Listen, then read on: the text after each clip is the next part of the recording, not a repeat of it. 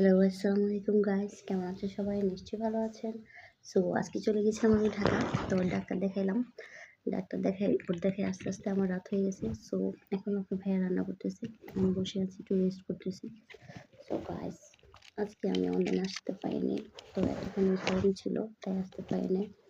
তো আমার বন্ধুরা নিশ্চয়ই আমাকে ইউটিউবে খুঁজছে কিংবা ফেসবুকে খুঁজছে কিংবা মেসেজে নক দিচ্ছে, কোথাও পাইতেছে না।